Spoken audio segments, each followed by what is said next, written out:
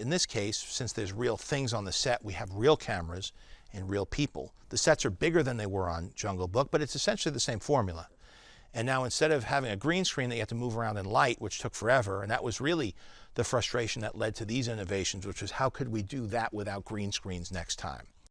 And so that led to, do you have a green stage? Do you have pre-lit green areas that you could expose? And then it turned into these video walls where you could have green just behind the actor, and then interactive light, which we used on Jungle Book also for shadows and things on the characters, which we were inspired by, like Gravity, where they had all those video panels.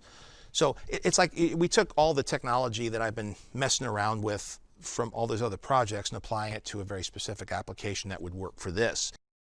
The Mandalorian, it's interesting. I mean, we all know the helmet, but the helmet is Boba Fett. And that was a big challenge in the beginning of this. And John and I went round and round like, well, how do we tell the story? And it's not Boba Fett, or is it Boba Fett? You know? And we would talk about that. And the helmet at the end of the day is a helmet.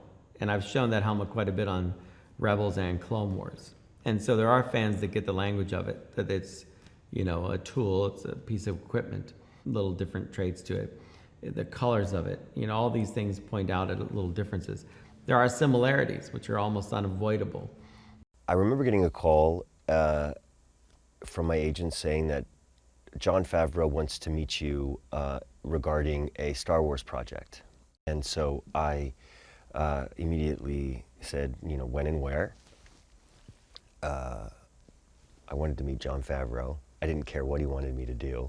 I had no idea what it was, whether it was a feature or, you know, a cereal box. I had no idea. And so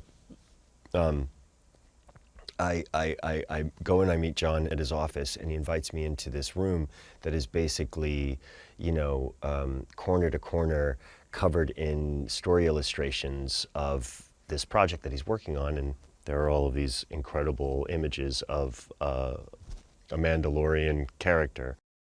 My character, Grief, which is an interesting name, 2 E's, not an I and an E, but he's, in my opinion, a businessman, and he is looking to get a particular product for the highest bidder, or for a client who is looking for something or needs to have something returned, whatever the case may be. And this businessman supplies basically those people who will go out and hunt down whatever his clients are looking for.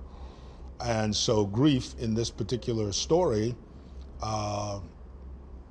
among others, hires the Mandalorian to go out and bring back a bounty.